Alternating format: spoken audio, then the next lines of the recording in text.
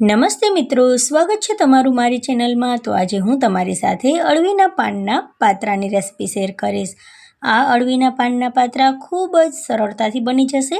આમાં બીડા વાળવાની જ ખૂબી છે। મારા ઘરમાં જ અળવીના પાન ઉગ્યા છે, ઘણા બધા પાન થયેલા છે। તો આ રીતે તમે પણ અળવીના પાન ઘરે ઉગાડી શકો છો। ખૂબ જ સરળતાથી અળવી કોઈપણ કુંડામાં કે પછી આ રીતે છબિયામાં પણ ઉગી જાય છે। મોટા મોટા થયેલા પાનને આપણે આ રીતે કાપીને લઈ લેશું। બધા પાનને હવે આપણે સરસ રીતે ધોઈ નાખવાના છે।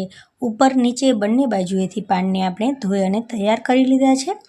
તો આ રીતે બધા પાન સાફ કરવા ખૂબ જ જરૂરી છે। હવે પાનમાં રહેલી નસોને આપણે કાપવાની છે। તો આ રીતે આપણે પાનને ઉલટાવી નાખીશું અને જે મોટી મોટી નસો છે તેને આપણે ચાકુની મદદથી કાપી લઈશું। નાની નાની નસો કાપવાની કંઈ પણ જરૂર નથી। જો નાના નાના પાન હોય અને તેમાં નસો બિલકુલ પાતળી હોય તો તેને કાપવાની જરૂર નથી, પણ જે મોટી નસો છે તેને કાપવી જરૂરી છે। તો હવે આપણે જે મોટી નસો છે તેને કાપી લઈશું।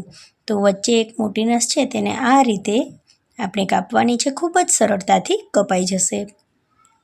તો બધા પાંદડામાંથી આપણે આ રીતે નસો કાપી લેવાની છે। અહીંયા જે પાન છે તે ખૂબ જ મોટા થાય છે, પણ આ થોડાક નાના પાન છે, તેથી તેમાં નસો છે તે પણ ખૂબ જ નાની છે અને કૂણી છે, એટલે બહુ વધારે નસો કાપવાની જરૂર નથી। જે મોટી નસો દેખાય છે તેને જ આપણે કાપીશું। તો અહીંયા ઉપરની અને વચ્ચેની એક નસ અને સાઈડની બે નસો મેં અહીંયા કાપી લીધી છે। તો આ રીતે બધા જ પાંદડામાં આ પ્રોસેસ આપણે કરવાની છે। હવે પાનમાં લગાવવા માટેનું આપણે ચણાના લોટનું બેટર તૈયાર કરી લઈએ। તો આ માટે 3 થી 4 ચમચા જેટલો મેં ચણાનો લોટ લીધો છે। હવે આ ચણાના લોટમાં આપણે મસાલા નાખી દઈશું। અડધી ચમચી આપણે તેમાં હળદર નાખી દઈશું, 1 ચમચી કાશ્મીરી લાલ મરચું નાખી દઈશું અને 1 ચમચી આપણે ધાણા જીરાનું પાવડર નાખી દઈશું। તેનાથી આપણું જે ખીરું બનશે ને, બેટર બનશે તે સરસ મજાનું ટેસ્ટી બનશે। હવે 1/4 ટીસ્પૂન જેટલી આપણે તેમાં હિંગ નાખી દઈએ, 1/4 ટીસ્પૂન આપણે ગરમ મસાલો નાખી દઈએ, સ્વાદ પ્રમાણે મીઠું નાખી દઈએ। તો અહીંયા આપણે બેટરને સરસ મજાનું ખાટું મીઠું બનાવવાનું છે। તો 2 થી 3 ચમચી જેટલો આપણે અહીંયા સાકરનો પાવડર નાખી દઈએ। તમે એને બદલે ગોળનો પણ ઉપયોગ કરી શકો છો અથવા તો ખાંડનો પણ ઉપયોગ કરી શકાય। ખાંડના પાવડરનો પણ ઉપયોગ આપણે કરી શકીએ, પણ મેં અહીંયા સાકરના પાવડરનો ઉપયોગ કર્યો છે। હવે અડધી ચમચી આપણે તીખાનો પાવડર નાખી દઈશું અને લીંબુ નાખી દઈશું। તો લીંબુ અહીંયા મેં 3 થી 4 ચમચી જેટલું નાખ્યું છે। લીંબુને બદલે તમે આંબલીનો પલ્પ પણ નાખી શકો છો।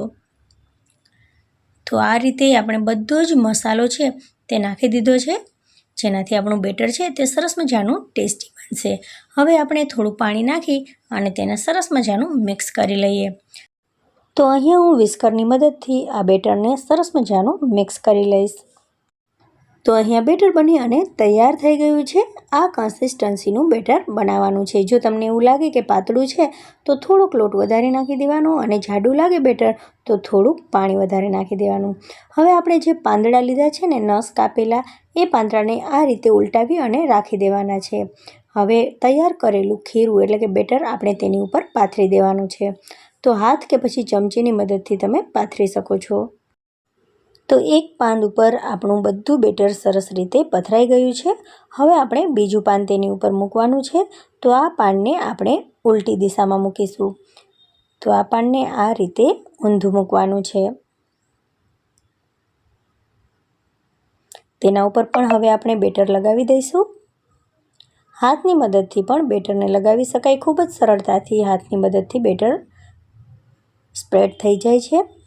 ચમચીનો પણ તમે ઉપયોગ કરી શકો છો જો તમને ફાવે તો। હવે આપણે ત્રીજું પાન લઈશું, તેને પણ તેનાથી ઉલટું રાખવાનું છે।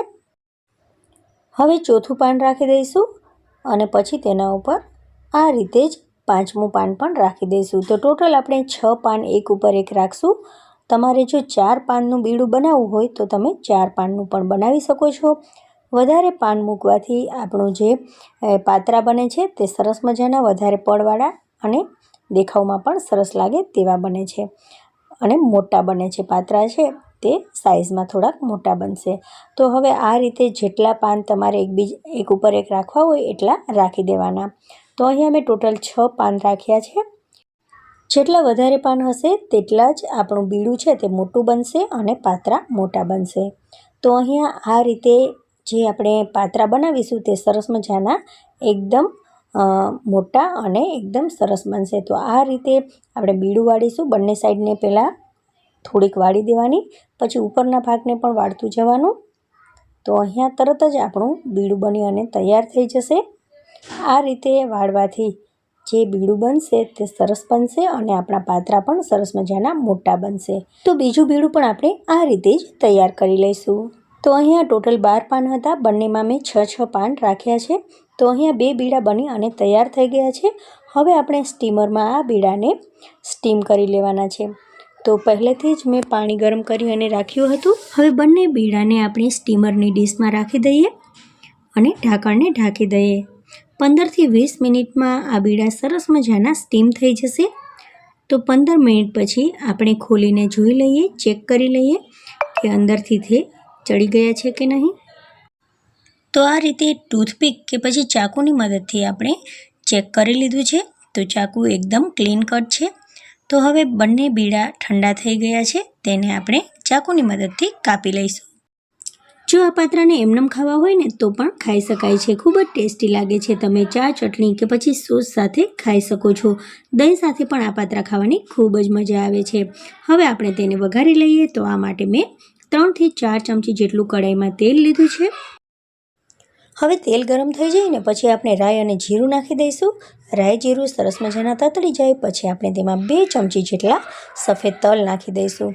તો સફેદ તલ નાખવાથી સરસ મજાનો દેખાવ પણ આવશે અને આપણા પાત્રા ખૂબ જ ટેસ્ટી પણ લાગશે. થોડાક અહીંયા લીમડાના પાન પણ મેં નાખ્યા છે. તમે તેમાં સુધારેલા લીલા મરચાં પણ નાખી શકો છો. હવે આપણે બધા જ પાત્રા આપણે કઢાઈમાં નાખી દઈએ અને તેને સરસ રીતે તેલ સાથે મિક્સ કરી લઈએ. જો તમારે આ પાત્રા વધારે તીખા ખાવા હોય ને તો ઉપરથી તમે તેમાં લાલ મરચું પાવડર પણ એડ કરી શકો છો. તમને જો આ રેસીપી બનાવવામાં કંઈ પણ તકલીફ જણાય તો મને કોમેન્ટમાં જરૂરથી જણાવજો. અને મારી આ રેસીપી ગમી હોય તો મારી ચેનલને સબસ્ક્રાઈબ કરજો, લાઇક અને શેર કરજો તમારા ફેમિલી અને ફ્રેન્ડ્સમાં, અને બેલ આઇકોનને પ્રેસ કરજો જેથી મારા નવા રેસીપીઓના વિડીયો તમને સૌથી પહેલાં જોવા મળે. Thank you for watching. મળીએ નવી રેસીપી સાથે. ત્યાં સુધી બાય, ટેક કેર, જય હિન્દ.